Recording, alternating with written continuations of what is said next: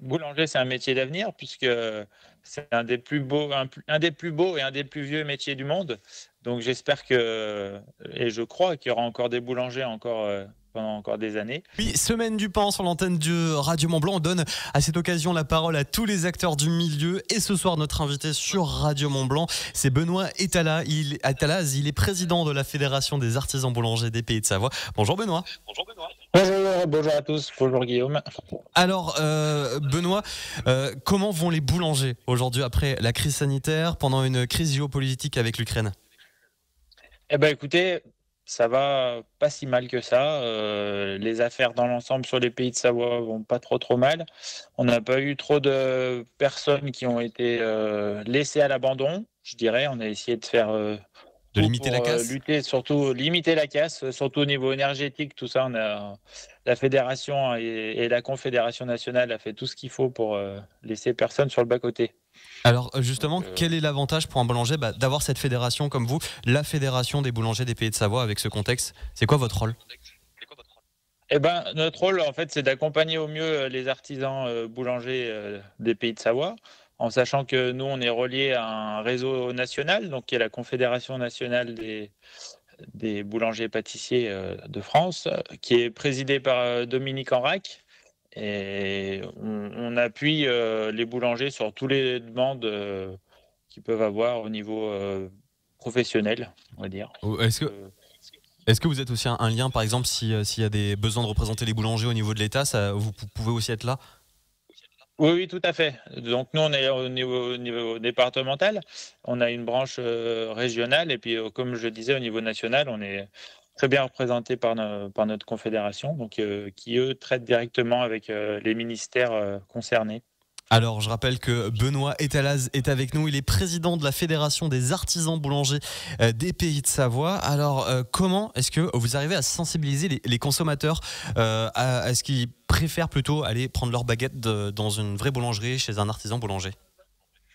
Ben, on essaye d'amener déjà un panel assez varié de produits et autres. De produits faits maison, de produits locaux. On travaille principalement, que ce soit tous mes collègues et moi, je pense, avec des meuniers locaux. On a plusieurs minoteries qui sont ou en Haute-Savoie ou en Savoie. Voilà, tout le monde essaye de travailler déjà des produits déjà de qualité. On achète des matières premières assez chères, mais de qualité. Ce qui fait que voilà, on sort des produits qui sont pas comparables à ce qu'on peut trouver en grande surface ou ailleurs. Et justement, est-ce que vous sentez que de plus en plus maintenant les gens font attention à ce qu'ils mettent dans leur assiette, à ce qu'ils achètent? Est-ce que du coup les boulangers sont obligés de plus en plus de nos jours à faire eux aussi attention aux produits? Bah, de toute façon, on fait, oui, tout le monde fait attention, que ce soit nous en tant que personne ou en tant que boulanger, on essaye de trouver des produits locaux, on essaye de faire tout pour valoriser les produits de notre terroir, mettre en avant notre si belle Savoie. Et voilà, c'est pour ça que on utilise vraiment des produits locaux. Et au sein de la fédération, on a mis en place déjà il y a quelques années la baguette de Savoie qui est cultivé et qui est produit avec des blés de Savoie, distribué par des boulangers des Pays de Savoie, et donc qui est fabriqué par des meuniers savoyards et haut-savoyards. Alors, on parle de plus en plus, hein, on est en 2023, de parité et c'est essentiel, hein, bien entendu. En boulangerie, comment ça se passe? Est-ce qu'il y a vraiment une belle parité homme-femme? Est-ce que c'est plus masculin? Est-ce que c'est plus féminin? Et comment le milieu se transforme? Alors c'est vrai qu'il y a depuis longtemps, ça reste quand même un métier très masculin, même si ça va de mieux en mieux. On a de plus en plus de jeunes femmes qui rentrent en apprentissage, les classes s'agrandissent et il y a de plus en plus de jeunes femmes qui s'intéressent à ces métiers, surtout en pâtisserie, mais beaucoup aussi en boulangerie maintenant.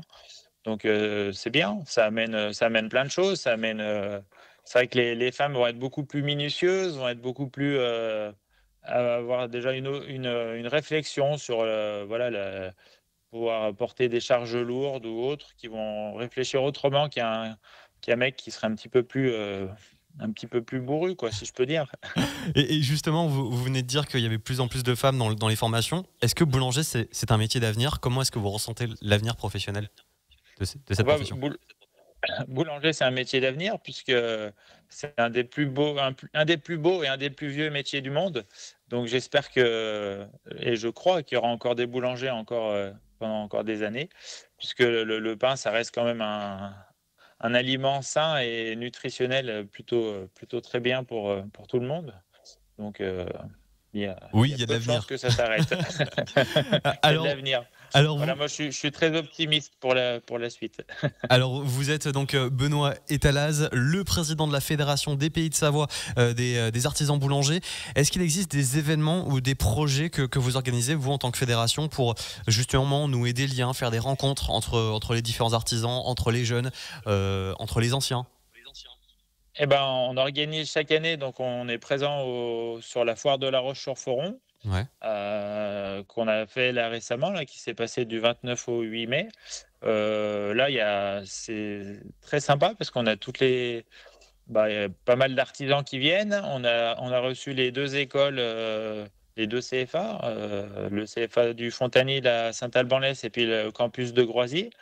On a fait venir aussi une école de jeunes en vente. Donc, on a eu beaucoup de jeunes sur les 10 jours.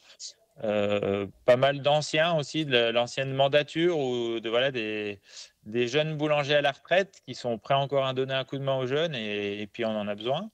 Donc voilà, on a fait un beau salon, là, une belle foire, c'était sympa.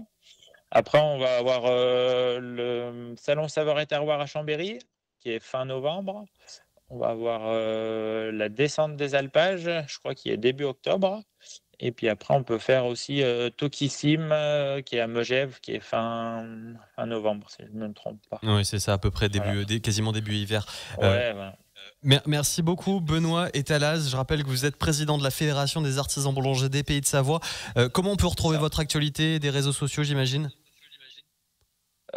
Personnellement, au niveau de la Au fédération? niveau de la fédération. Au niveau de la fédération, on véhicule beaucoup avec les réseaux sociaux, avec Facebook, tout ça. Ouais. Chaque artisan partage les pages, tout ça. Tout le monde essaye de partager au mieux. Voilà, on essaye de continuer un peu ce qui avait été fait et voilà, Eh on bien, avance. eh bien, merci beaucoup. On vous souhaite une très très belle continuation, Benoît.